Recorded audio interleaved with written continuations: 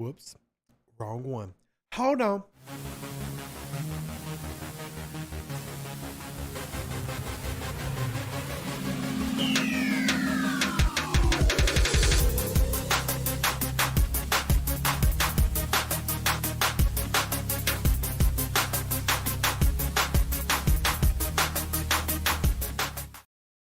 Hey everybody, welcome to the podcast where we get everything right the first time. Nothing happened at all at the beginning.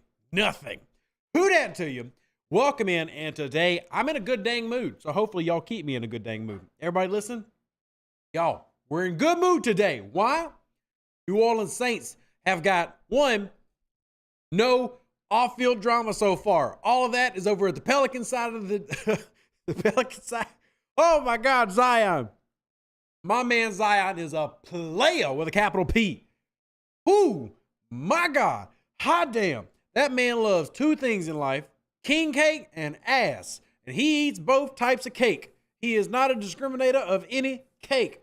If y'all have not been keeping up with the news, well, you're going to hear about some of it here tonight. But we're going to focus most on the New Orleans Saints, not my man Zion, who is eating his best life right now. That man is eating his best life right now. And, more power to you, King.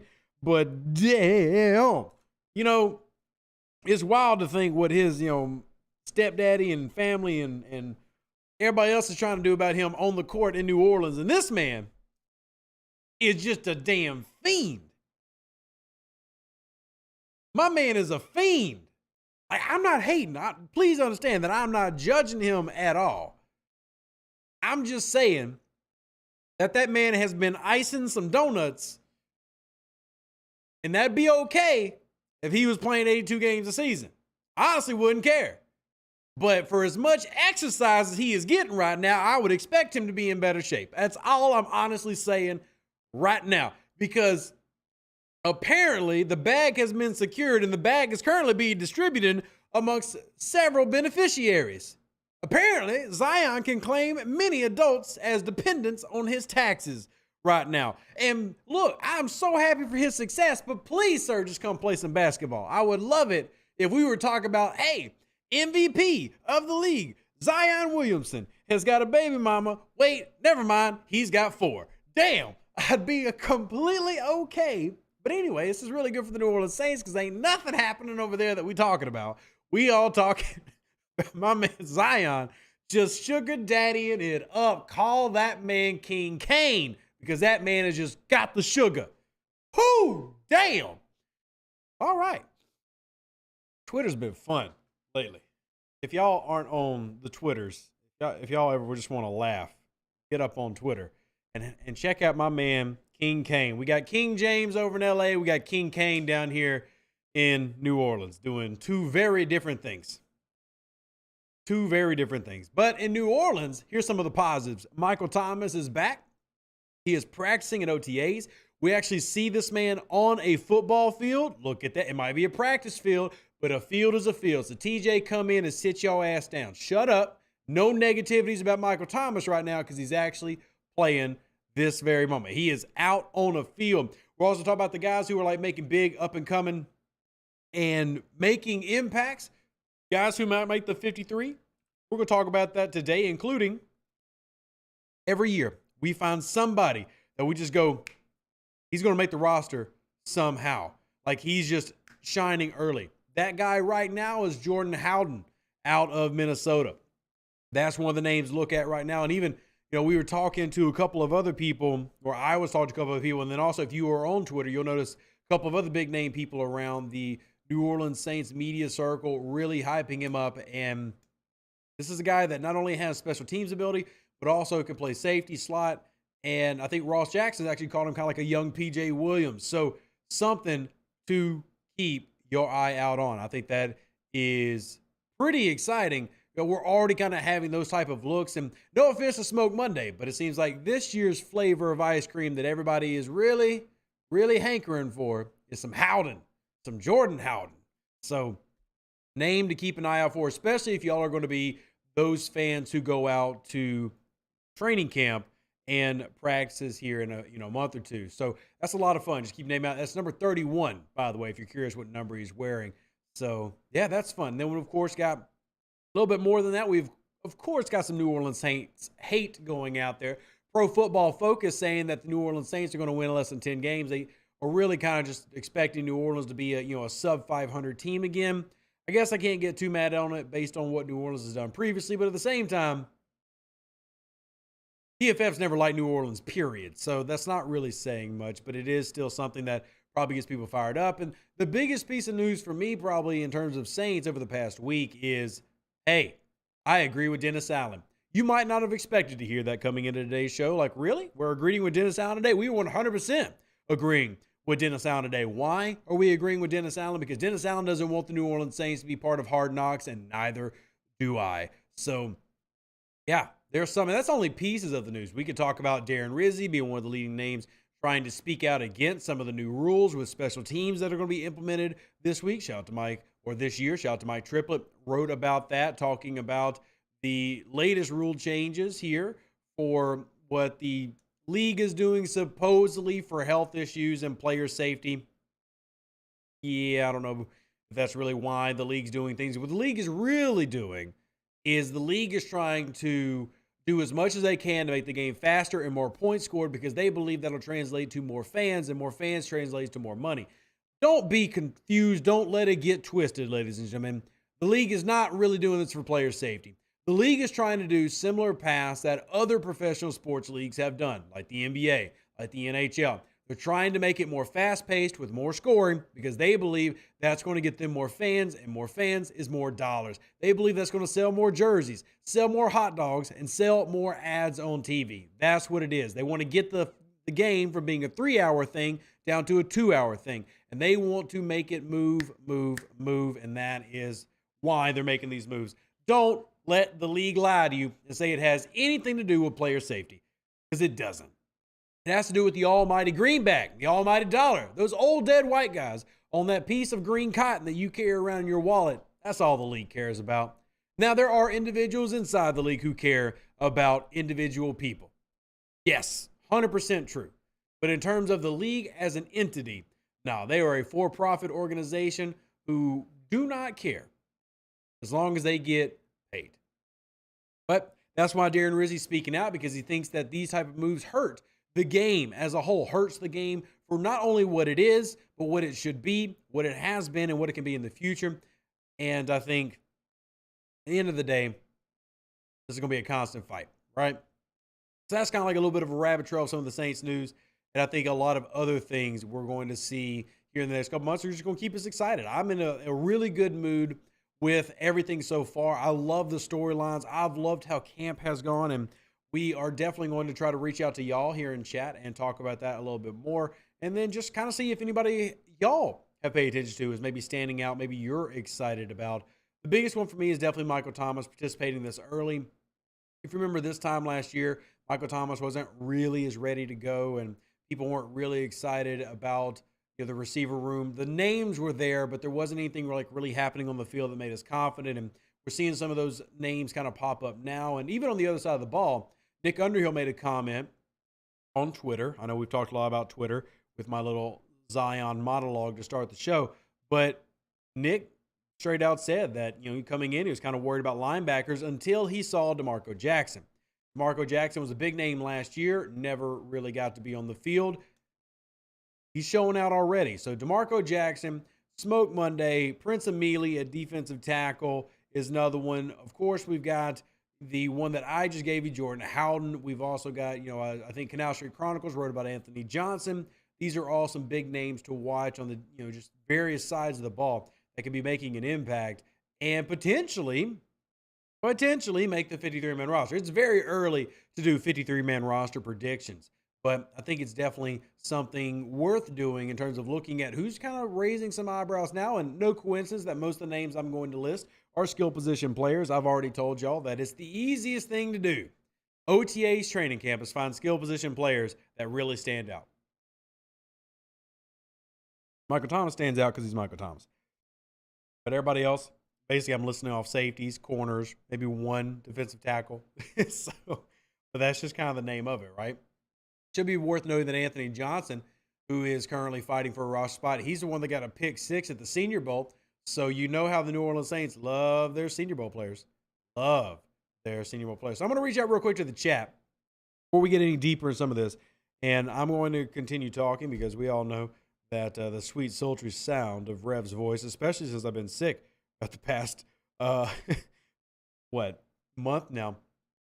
Y'all love hearing it, but I also want to get y'all's opinions. What do y'all think about Michael Thomas? Do you have any level of confidence in Michael Thomas, the fact that he's practicing right now? What sort of expectations do you put on him? I think it's an incredibly good sign that he's participating and practicing the OTAs. He's working with Chris Olave. He's working with Derek Carr. In fact, the three of them were actually out in a non-football setting here in New Orleans just a couple days ago. So good to see them working together in every way, and having that kind of familiarity being really become an entrenched part of hopefully will be the offensive culture getting a big improvement.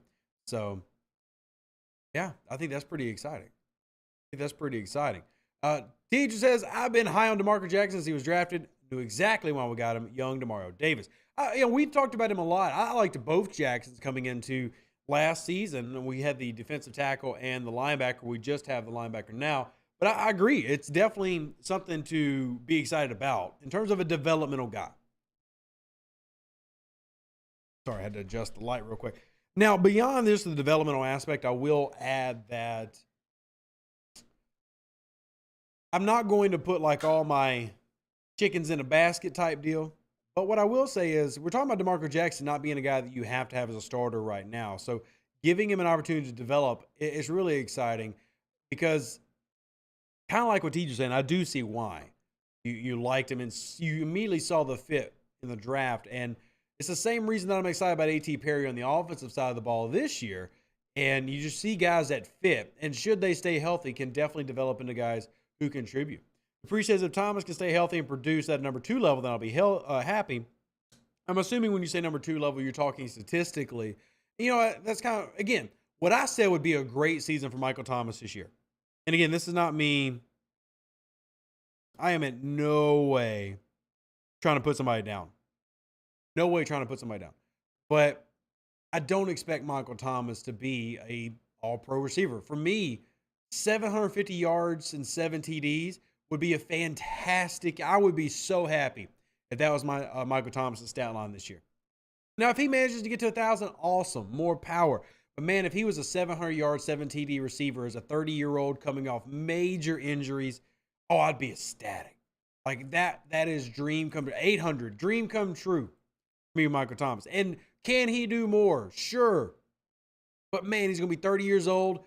He is 30 years old. He just turned 30 years old in March. If that man can just be 750 and 7, think about what that can do for this team, what it can do for Chris Olave, what it can do for Juwan Johnson, what it can even do for the young guys behind, and Rashid Shaheed and A.T. Perry, and even some of the veterans they've brought in. I know some of y'all have talked about, Brian Edwards and will even make the team. James Washington's a name that, multiple people in chat have brought up before. If he can just be somewhat of that guy, man, it helps out this team absolutely so much. So says Thomas got hurt because of his coach. Maybe, maybe not. For me, and I've said this before. Would I have taken Michael Thomas out? No, because it's football. You leave your guys in, you play. It's the same reason that Drew Brees doesn't really get taken out. I get it. It does suck, and I hate that all that stuff happened. And I know I've overused talking about Twitter today too much, but there's another Saints fan on Twitter today who was asking, hey, if you could choose between Michael Thomas and having gone back in time and just kept Brandon Cooks, what would you have done? And even knowing what I know now, knowing about the 3 years of essentially missed football for Michael Thomas, I would still take Michael Thomas hands down no matter what. He, at his peak, and sadly this injury robbed him from a lot of his peak, he was a generational level wide receiver. Just generational level. So I want him to come back and have some form of output that's at least just good.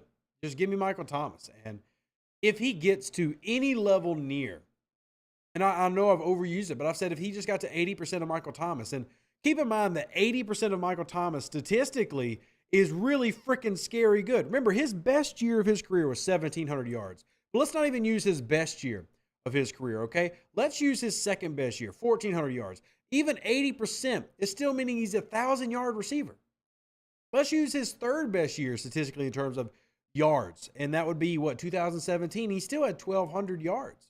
And if you did 80% of that, you're still talking about a guy who's basically a 1,000-yard receiver. So 80% Michael Thomas is still a hella good option if he could just get back to that.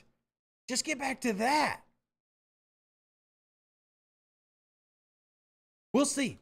You know, we don't know for sure, but we'll see.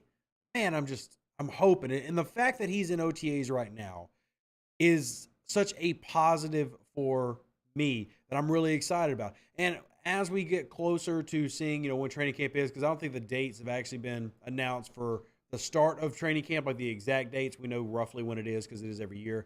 So we've got mandatory mini camps our mandatory mini camp will be in a week, I think. Saints mandatory mini camp starts June 13th to the 15th, if I remember right. Right now you have OTAs, which are kind of off-season workouts. This is the last day. I think today was the last day of OTAs, which is 3 different weeks. Then you also have got the first day, like the check-in day was all the way back in April. And you had rookie mini camps, and you had OTAs, which are 3 weeks. And then you've got our mandatory mini camp, which is technically what you're doing in OTAs is not required, but it is, strongly encouraged that you attend. And then training camp, I don't think the dates have been put out yet, but I can put out the old Googles and see if they've announced when the specific dates are. I am actually looking through USA Today right now just to see if SIG posted, because SIG's really big on dates and all that stuff, and I don't see them having posted it quite yet. We do know a couple of, like, the practices they're going to have. They've already said they're going to practice with a couple of the teams during the preseason and training camp, but we don't have a specific date on when training camp starts. So, Crafts, appreciate you asking the question, but don't have a specific for you there. But we do have mandatory minicamp is next week, and then after that, you kind of have like a little bit of a lull between waiting for preseason and everything else to get here. But don't worry, it's right around the corner, man. Like, football's going to get here before you know it. We talk about every summer how it just feels like, it takes so long to get there, but at the same time, feels like it passes by semi-quickly. And hopefully that continues. Anybody else got thoughts on Michael Thomas before we move on? Hamilton says 60 catches, 750 yards, and 4 TDs. I'd be happy with that as well, Hamilton. I would say with Thomas, I'd like to see a little bit more red zone usage. If there is one thing that I felt that, Sean Payton and even Drew Brees to an extent, but Sean Payton did not use Michael Thomas with enough, was in the red zone. And essentially when he was using the red zone a lot back when Brees was here, it was almost like a distraction. Teams knew how good he was, so they would always go to somebody else, the Traquan Smiths, and to an extent, the Ted Gins and the tight ends. It's not that Thomas is secretly bad, because he's not, at red zone play. It's just that you use the guy as a distraction, which is why he's actually never had a 10 TD season, but he's had 3 non-TD seasons. My hope is that P. Carmichael and Derek Carr don't do that to Michael Thomas. And if he only has 750 yards and 60 catches, my hope is that those 60 catches are still 7 TDs in there. Because he had 185 targets back in 2019, 149, right at 150 catches, only 9 TDs. He could have had more.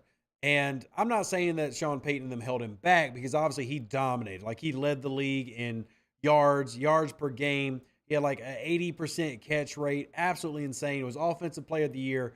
Obviously, he got the accolades to prove that he wasn't held back. But I do think that he could be used more in that capacity than he was. And hopefully we see that this year. And hell, last year you saw, granted, I know it was only 3 games, but you saw Pete Carmichael willing to use him up close and personal. That Atlanta game, a great example, but he had 3 TDs last year and only 16 catches. So you saw them being more willing to let him be the guy that bodies out and let him be the guy that tries to make that happen. Hopefully that's what happens for Thomas moving forward. Just a quick recap of his 2012 games. Remember, he had that Atlanta game week 1, then he had Tampa week 2. In those 2 games combined, here was his stat line, and I thought it was, to me, impressive.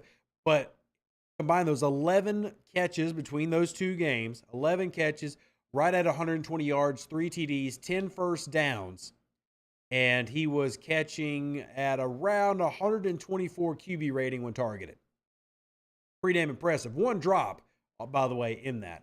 If you can have that type of play, I think that you can see him be a guy that contributes more in the actual red zone in terms of scoring TDs. Nikki says, after the injury situation with the whole team and Michael Thomas in particular, I'm not getting my hopes up, but I'm cautiously optimistic. And I'm the same way, and a lot of it for me is I just want him to be successful for so many reasons. I feel like because it's been so long, there's even a bit of trash talk when it comes to Michael Thomas. Like, people have forgotten how good he was, and I think that'll happen when you're not around. And we've seen people talk about, well, he runs his mouth too much on Twitter. He runs his mouth too much on social media. You know what? Rev don't give a flying flippity hoo-ha if that man runs his mouth on Twitter when he's an all-pro receiver. I don't care. Talk your shit. But when it's been 3 years, people are not as willing to listen as in the past. It becomes more of an issue. And this is still with us not knowing, well, will the Saints go after, DeAndre Hopkins? Will the Saints, utilize other wide receivers more than MT? We don't actually know what the plan is. The plan right now is just get Michael Thomas healthy and make sure that he's available for the season. But when he was at his peak, y'all, if you can go back and just look at that 2017 through 2019 streak, you're talking about some of the best wide receiver play in the history of the game. Let me give you the combined numbers for those 3 years. Combined numbers, 4,300 yards, 378 catches in those 3 years, 23 touchdowns, catching at 78.6%, 91 yards per game. Only 3 fumbles in that entire.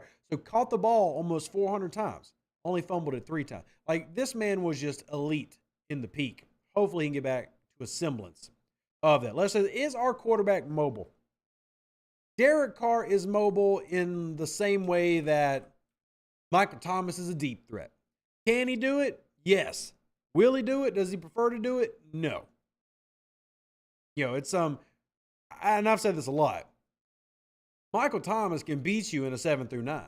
But what are his best routes? Crossing pattern was the best thing that he did when he was at his peak. Slants, everybody likes to talk shit about his slants. He was great at it. Crossing patterns are also elite. Hitch routes, comeback routes.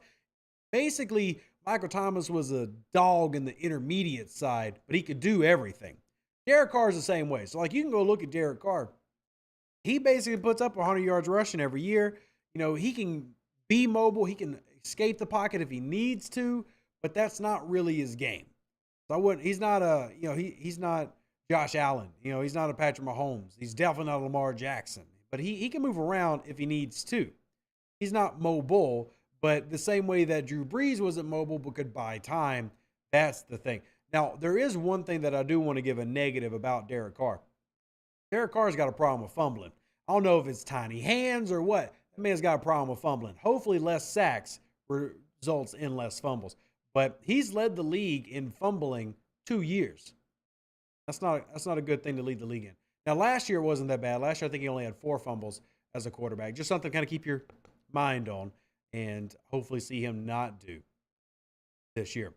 Let's see what else. Ricky said we got new players, new coaches. What about the medical staff? Now, Ricky, I don't know if you remember this, but a couple years ago, the Saints did redo their medical staff. Now, have they done it again since then? No. But they did do that a couple years ago. I think it was Sean Payton's last year. They redid the doctors and the medical staff here at the team. And I'll be honest, I think one of the biggest issues that New Orleans has is that they still use turf.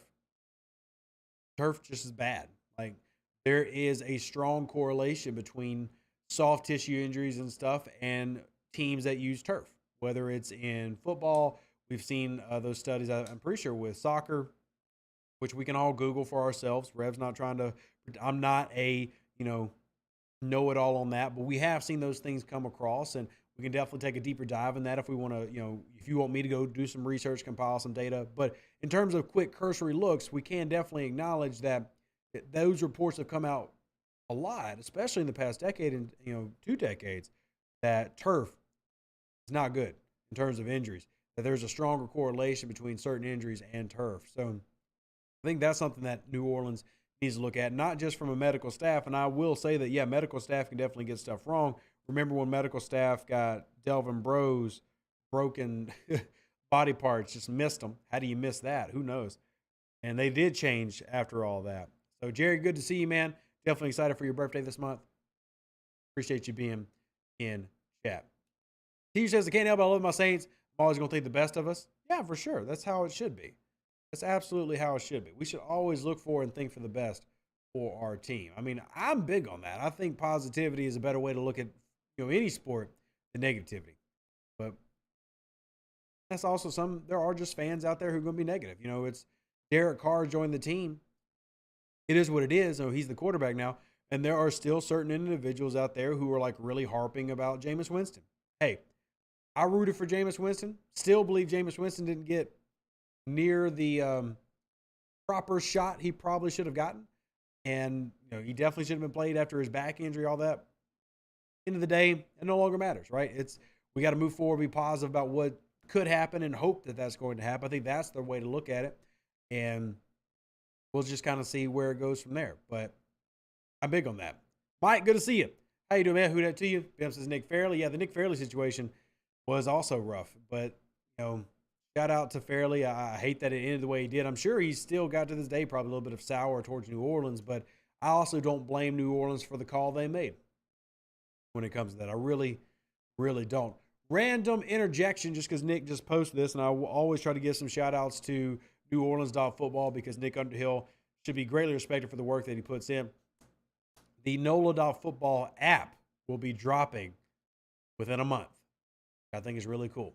So if you are a fan of New Orleans football, they've got an app dropping within 3 weeks. He just posted that on his social media. I think that's really neat. If you're a fan of Saints football, there are a few sources that I really point everybody to.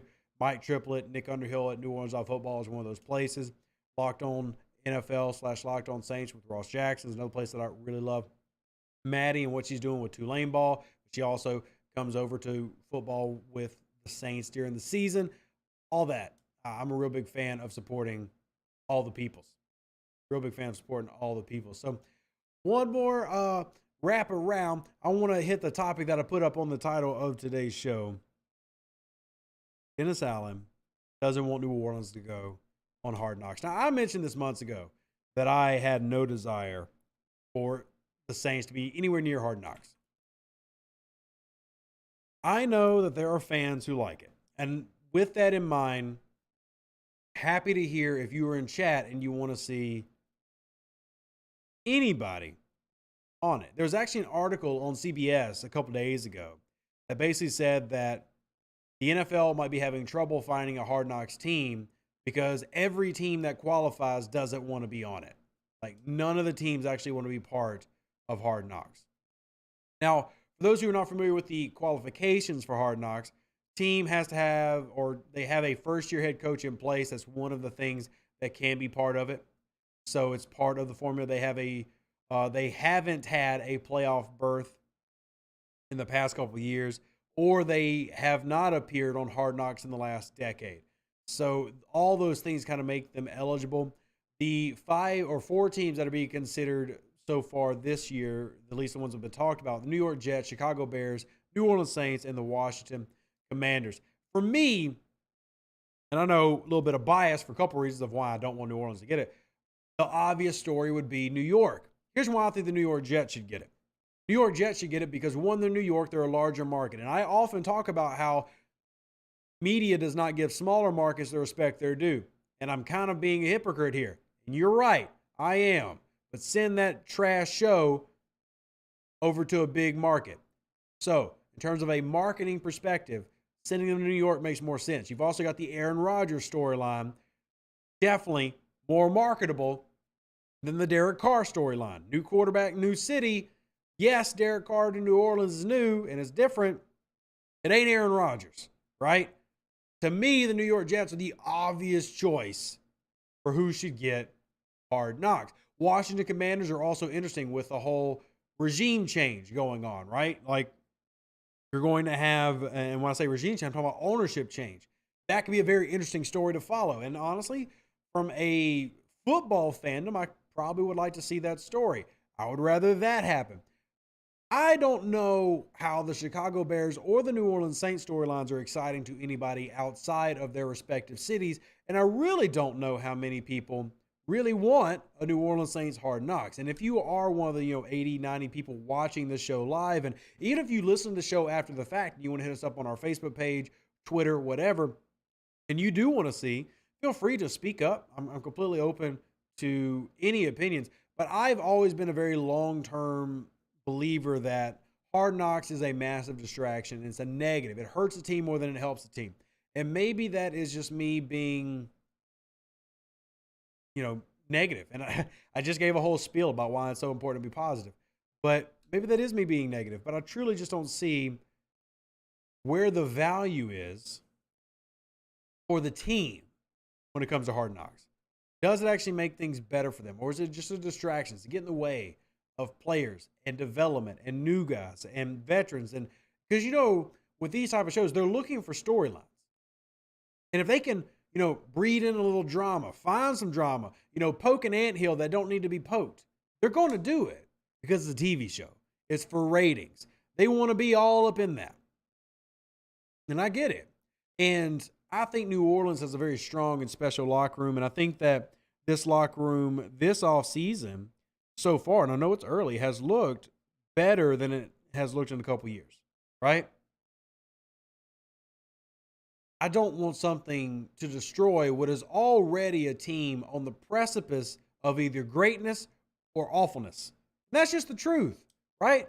Like the Saints, due to situations outside of New Orleans, have a very good opportunity to go back to the playoffs. And if you go to the playoffs, you have a legitimate shot of going to the Super Bowl. Shout out to the Miami Heat. And honestly, it doesn't matter if the Miami Heat win. The Miami Heat are a proven example of how getting there is what matters. And for anybody that's always, because there's always those people who tell me, it doesn't matter if you get to the playoffs if you suck. Tell that to the Heat. Yes, it's hard to do. And that doesn't even mean you win. But getting to the playoffs is what matters. And the Saints are so close to being a playoff team, but at the same time, they're so close, in my opinion, to being bad. Right? I don't think there's a huge difference between the two. I really don't. I think if the Saints got to the playoffs, they could rally, be a strong culture, and maybe make a push. But I could also see the Saints, same room, bombing. And I don't want to put anything that might tilt them in that bombing direction. Yao Ming, shout out, says, Hard Knocks invitation equals your team is a dumpster fire. Another reason the New York Jets should get it. Nikki says, I'm not a fan of reality TV, and Hard Knocks was said, which would be a distraction. Nobody cares about us outside of Louisiana and the Gulf Coast. Anyway, now, that said, Nikki, there are some hilarious, if I was running Hard Knocks, I can already tell you there's a couple of hilarious things that I would get on tape. Number one, Jamal Williams putting barbecue sauce on crawfish. Finding what weird stuff this man's eat and how he eats it is 100% something I would put on TV. Maybe I'm just really bad at TV. I'm not saying I want this to happen. I'm just saying there's definitely personality in New Orleans. There's culture in New Orleans. And there's definitely a way that you could make a TV show work. But historically, you look at Hard Knocks, it's not good teams, and it doesn't do well for teams leading into the next year. And like one of the only exceptions is the first year of Hard Knocks, where it was the Baltimore Ravens, and you had young Ray Lewis and everything there. And those guys obviously ended up being the guys, ended up dominating. So winning a Super Bowl, that's cool and all. But other than that, man, He says, I think Hard Knocks would actually be boring for non-Saints fans if it were the Saints. I think that's also possible. Star power-wise, New Orleans star power is not exciting star power. And I'm not trying to be a jerk when I say that, but the biggest name in New Orleans in terms of the best player in New Orleans is probably Cameron Jordan. That's the biggest name. Everybody can also argue Alvin Kamara, but if we're going to be honest, they're probably not going to want to get too close to the Alvin Kamara story / name because of what's going on with the legal case. So even if they did Hard Knocks, they probably wouldn't have a ton of Alvin Kamara being focused on because that would come up. So it'd be Cameron Jordan. Now, I love Cameron Jordan. I do. Cameron Jordan's an amazing player. To me, Cameron Jordan's a legitimate Hall of Famer. Defensive ends at the end of their career are not exciting storylines for regular football fans. They're just not, okay? Aaron Rodgers, Hall of Fame quarterback, going to his new team after his predecessor, who's a Hall of Fame quarterback, went from the same team to the same team. That's storylines that just like they've already been written. You don't even need to write them. Just those points right there just gave you 2 episodes of Hard Knocks, 2 entire episodes worth of film for Hard Knocks. Easy. So that doesn't mean that I don't think that New Orleans has great players. I love what Demario Davis does. I really do. His off-field stuff, I think, should get more airtime. Sadly, do average fans care about all that? Nope. If they did, they'd support more. Now, we in New Orleans care. We in the state care. The Gulf Coast region cares. Everybody supports Demario Davis a lot and love the work that he's doing and what he's doing just for social justice. And not only beyond that, just his organizations. Yeah, for sure. But do people around America want to watch that? No, because most people are awful. So I think it should go to the New York Jets. To me, that's where I would like it. I think it's just a distraction. Bim says, don't come here and ruin our culture. I'm here for that as well. I just think that, one, this is why I bring up, I agree with Dennis Allen. I appreciate Dennis Allen because I think this is bad for any team that gets it. So.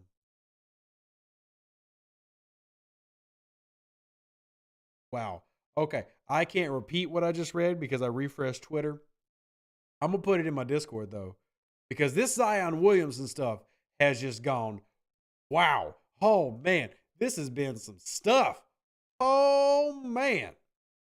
Again, I'm not going to repeat it. Y'all just, if y'all have not checked out the Zion Williamson stuff, it has been just some type of crazy / hilarious to me.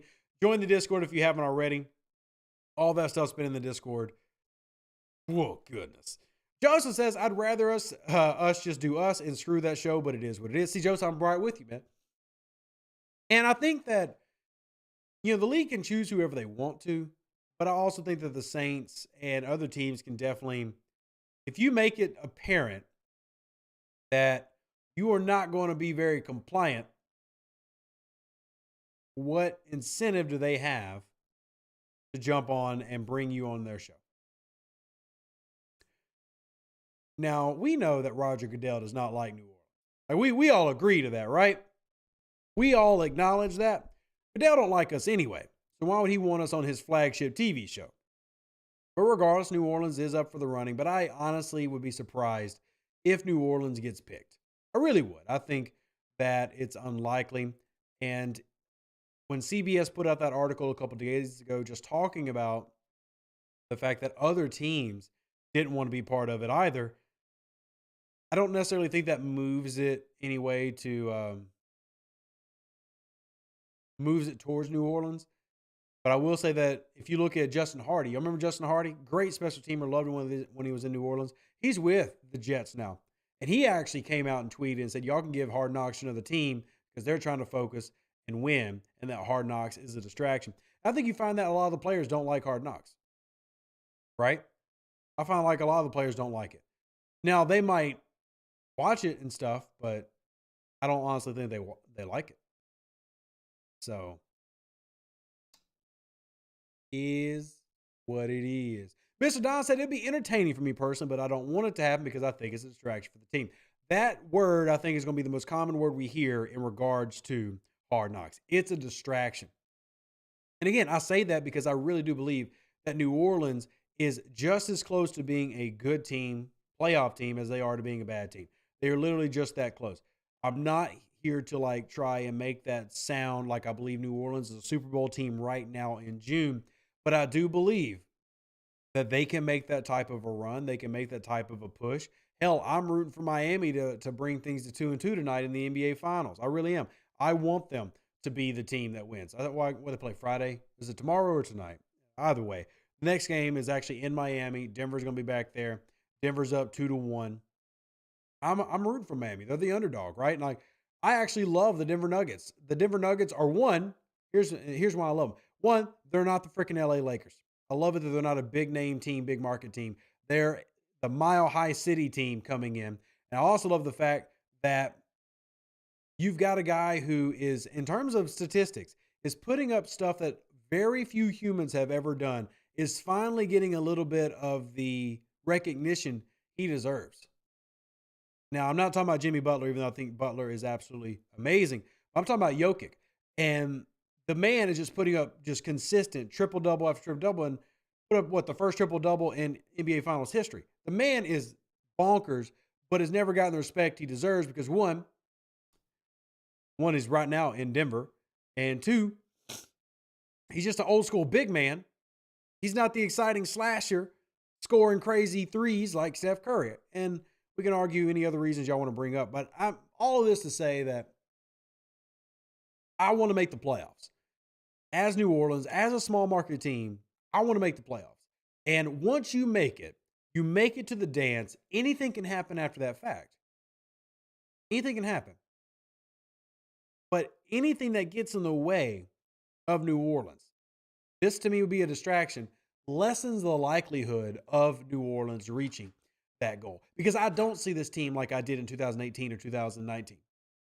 I don't think the New Orleans roster and coaching staff are that good. When I went into 2018, I knew that team was going to make the playoffs. It was a question of how far.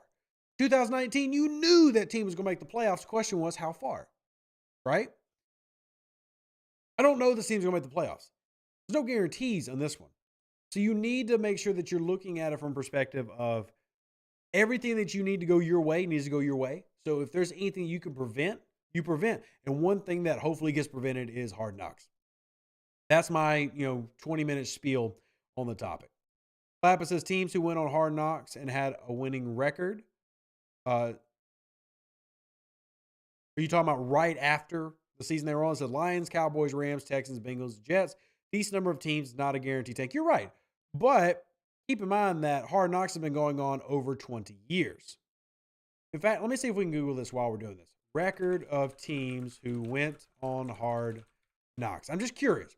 This is not meant to be a call out to you, right? Like I'm not calling you out and saying you're trash.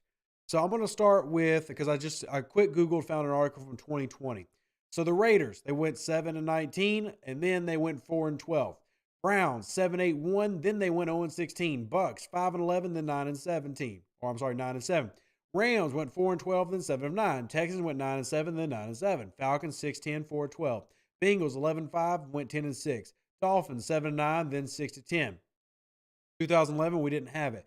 2010, Jets went 11-5 to 9-7. Bengals went 10-6 down to 4-11-1. So historically, with there being 2 decades of this, and we can look at all of them and go through the history, seems to be they do worse. Doesn't mean it's always that case. The Cowboys are obviously a positive one because they went, 13-4. But historically, they do get worse. Doesn't mean it's a guarantee. Just saying there's a track record of most teams are pretty bad and they don't either get good or they get worse. Doesn't mean there's not exceptions. I just want to throw that out there. John says, I think our current roster is loaded, but I don't trust Dennis Allen. See, I disagree unless it depends on what you're defining as loaded because I don't believe that all positions are equal. And for me to believe that a roster is loaded, the number one thing that you honestly have to have is a peak elite quarterback. I do like Derek Carr, but I don't think he's peak or elite. And when I look at the best teams in the league, I find peak elite quarterbacks sitting around the front of their roster. Buffalo Bills are a team that I would call one of those teams. Kansas City Chiefs are one of those teams. To an extent, Cincinnati Bengals. I'm not as confident the Bengals roster as a whole, but I still think they have a fantastic roster. Part of that is Burrow being right at the top. But that's only because I don't see every roster as equal value. Because in terms of star numbers, the Saints have a lot of numbers of stars. Lattimore, Mario Davis, Alvin Kamara. I believe Chris Olave is a future star here in the league. Cameron Jordan. These are all star players. But then Derek Carr. And then Honey Badger at the end of his career. Still good, but not star power great. Not star power all pro. And even Cameron Jordan is no longer the elite that he once was. He's still just really good, but he definitely needs help now. Demario Davis, shockingly still elite, but will he be that? How long does that last either? And then there's the coaching staff. But roster-wise, I do believe this roster is stronger than it's been in a couple years. I would say that this roster for the Saints, 2023's roster is probably stronger. Oh, man, this might get me in trouble. This is opinion. Is 2023's roster on paper the paper roster, just the paper roster, stronger than the 2020 roster? What do y'all think? Like, roster to roster, just name to name. I'm not talking about what the records were. I'm talking about Saints players to Saints players. Because that 2021 was like, that was the downcline. Or we can even go 2021. That was a real injured year. But I think 2020, that team was not as good as it was the year before. And you still had Peyton, you still had Brees. But the offense had definitely taken a step back because that was, believe it or not, that was the first offense in Sean Payton's history with the team that was not a top 10 offense. I think that player to player, this year's roster, just going by the players, has that same 2020 team type of power. That means I believe this team is a 10-win team based on the players that are here. Now, there are a couple spots that I'm not 100% on. You know, I can't say with certainty that the safety positions are locked down and I'm confident. I can't say with certainty that the defensive end position opposite of our friend and lovely star player, Cameron Jordan, I'm confident in. You know, left tackle, another position, not 100% confident in. But I still feel like this is a very good, deep team. Good, deep roster. So I get what you're saying with that. It just comes always back to the quarterback. And we've got to give Derek Carr a chance, but he's definitely got to prove it. Definitely got to prove it. Don says, I don't trust Carr either, not yet, but I like him more as a quarterback than I do Dennis Allen as a head coach. I'm going to give Dennis Allen a shot, you know, because Dennis Allen hadn't coached in a decade as a head coach. And last year was technically the best he ever did. It was. It's true. No lies told. If anything, I have less faith in Pete Carmichael than I do Dennis Allen. I know that's not popular. And if y'all disagree with this is completely okay. I have nothing against if you disagree with what I'm saying right now. Truly, nothing against it if you disagree. But I personally have more of an issue with Pete Carmichael than I do Derek Carr. Than I do Dennis Allen. I really do. Dennis Allen's the one that's got to prove more to me than, I keep messing with the names. Pete Carmichael's got to prove more to me than Dennis Allen does. I feel pretty confidently that I know what Dennis Allen is. And I think that while I don't believe Dennis Allen is an elite head coach, I do believe he's good enough based on what I saw last year. If you surrounded him with other good names. You know, a lot of times, and I do believe that the head coach should get everything. Like wins, losses, all should fall on the head coach. Because at the end of the day, that's on you. Like you picked everybody. You picked your coaching staff. You got the players handed to you that were, in my opinion, you got a good front office giving you good, talented players. That's still on him. But I would say that the deficiency of this team last year was not Dennis Allen. And Dennis Allen got better at some of the things that he struggled in. You know, I talked about what I believe Dennis Allen struggled in terms of aggressiveness, in terms of how he approached the players. And if you remember, second half of the season last year, he changed a lot of that. How he approached the team, how he approached responsibility. He seemed to take more of that as the season went on. I know, because Saints fans are going to hear what I'm saying and think that I'm praising Dennis Allen. I'm not. He still has to prove it. But I really believe that the struggle of the New Orleans Saints last year was Pete Carmichael. Like that was the singular biggest issue, was Pete Carmichael.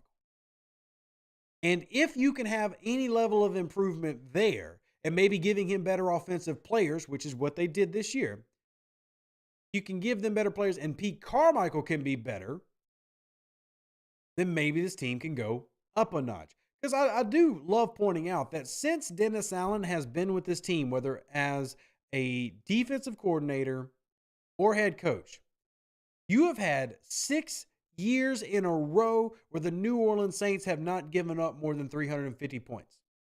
Last year, they gave up 345 in 17 games. Dennis Allen has had that defense on lock for years, and his stuff is doing its job. As a head coach, he's responsible for win losses, how players hold accountability to themselves, development of players. It's on him. But in terms of what makes a team win or lose on game day, I'm staring mostly at Pete Carmichael. And this is also why I think a lot of teams tend to go offensive coaches first, because it's a hell of a lot easier to find a guy at an elite level who can score points as a head coach than a guy who can be a defensive coordinator, become a head coach, and have a great offensive coordinator. Simply put, great offensive coaches become head coaches. They're not usually offensive coordinators. I think that's the biggest issue. Carmichael, he's the one that I need to prove more than Dennis Allen, though Dennis Allen's going to get the fallout either way. If the Saints make the playoffs, it's on Dennis Allen. If the Saints miss the playoffs, it's on Dennis Allen, even if Pete Carmichael was the problem. So, you think Taylor will play the slot with Debo and Lattimore on the outside? I'm really not sure, Jordan. Honestly, I'm really not. I'm curious to see how Debo looks here in camp because Debo looked really good as a starter. So, we'll just have to wait and see. Obviously, I love Taylor. I like both of them. I think that you have a good problem here. I want to wait and see what happens. Just want to wait and see what happens. So, Don says I prefer offensive coaches as head coaches. See, I only prefer that because history shows us in the NFL that they recognize how good an offensive coach is very quickly and they make them head coaches. So it's just really hard to find great offensive coordinators that stay offensive coordinators. So you're either reaching for a guy that you hope is great, like how the Shanahans and the McVays came up, or you end up stuck with a guy who's been in the league forever and has never really become a great offensive mind. He's just there. And there are a lot of those. Carmichael's not the only one. So defensive coaches, you find a lot of great DCs who are just great DCs and they just stay great DCs and they never become head coaches. It's just true. Like, sure, some of them do, but, and you've had a little bit of, maybe my argument's a little off because you have had like Robert Sala recently coming out of San Francisco as an example. Of course, the old school Wade Phillips and everything. Jim Schwartz was a DC. But I think overall we agree that a lot of these names, Todd Bowles, just thinking of another one, a lot of these defensive coordinators that are like really good defensive coordinators, like you can have a great defensive coordinator. You can have a pause. Here's what I'm saying. You can have a top 5 defense without a top 5 head coach being a defensive head coach. It seems to be easier to find elite defensive coordinators than elite offensive coordinators because the offensive coordinator has been made head coaches already. That's kind of the point I'm trying to make. And it doesn't mean that there aren't some great defensive minds in the league, because there are, and I try to bring them up because I love that working. Like, I want that style to work. But you also got a lot of guys that just isn't working, really. And we'll see if Dennis Allen becomes the guy that's working, because his 3 seasons in the NFL have been losing seasons, right? Been losing seasons. Are you concerned about safety depth outside of Honey Badger and May? You don't have anything, maybe Smoke Monday. So, Jordan, we actually talked about this at the beginning of the show. Jordan Howard is a name to watch and listen for right now. Making waves these 3 weeks. Really wanting to see him in training camp and preseason. He's the guy to look for as part of your depth in that safety position. So, keep your eyes out. Keep them peeled and see what's going on. So, keep it going, man. Keep it going. Taylor might end up in the slot just because he's better at it than Debo, even if he's a little bit better on the outside. Again, I'm just really curious to see how that ends up moving. I can't make a prediction either way because until I see how they're actually giving them snaps and lining them up in preseason and camp, it's hard to really paint that picture because you got good options either way, right? I love Alontae Taylor. I love Paulson Debo. I love what they can provide. Obviously, I like Lattimore. I'm not going to hype up like Isaac Yiadom or anything, but you do have Anthony Johnson. I mean, you got a lot of young guys here in those positions, and then you've also got to consider you got Lonnie Johnson you brought in, you got Bradley Roby still, you got some veterans who can really provide there, and Isaac Yiadom is also a vet, but whatever way they go, I feel pretty confident in. It's because that seems to be a position for New Orleans that they have a lot of depth in a position I think you have a little bit of confidence in. I think that's a good thing. That's a good thing. Don says, I trust Dennis Allen's secondary picks. He seems like he knows what he's doing with those guys. Remember, Dennis Allen is a secondary guy. We forget that a lot. But Dennis Allen, his history, if you look at his coaching history, don't just look at his head coaching and defensive coordinator, but go back in the days. Go back to when he was with Texas A&M back in the 90s as a graduate assistant. And then he went to Tulsa as a coach, secondary coach. Then when he was with Atlanta, he was defensive quality control before being with the New Orleans Saints as a secondary coach for 3 years.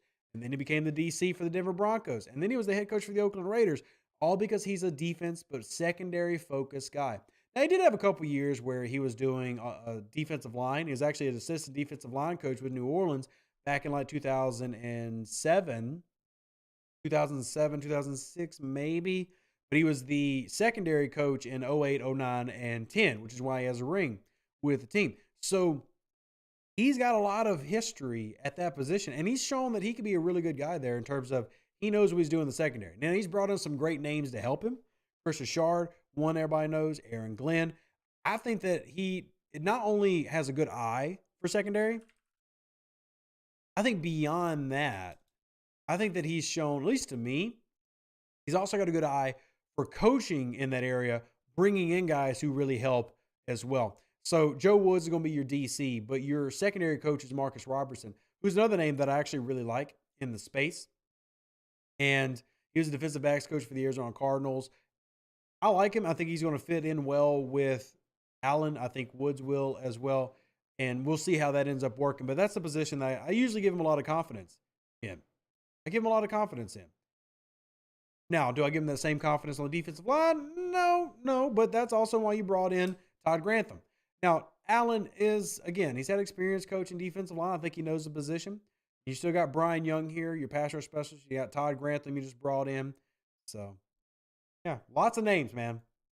Lots of names. Lots of names. All right, y'all, we are right at 1 hour, so we need to wrap up the show. I've had a great one. I've enjoyed hanging out with y'all. As always, I appreciate y'all being here. If y'all want to support the channel, go check out our merch, revdeuce.com. Check out in my opinion, it's going to be the best looking hat of any Saints podcast. Look, there's some great Saints podcasts out there. There are.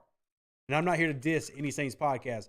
But you tell me there's a better hat on the Saints podcast market than the brand new all white, cleanest of clean, can wear before and after Labor Day. You can wear it to Easter or on church. Look at that Who Dat Confessional hat. Rep your New Orleans Saints and rep the podcast. Support the channel. Check out revdeuce.com or feel free to drop some donos if you want to make sure content like this keeps happening. Not required, but definitely appreciated. And hope y'all have an amazing rest of your week. Can't wait to see you next episode. I'm going to jump in that Discord so we can talk more of that Zion Williamson stuff because, oh my gosh, she is going at it again. Who dat? God bless. Love every single one of you. Deuces, that's me. I'm out. Catch you later.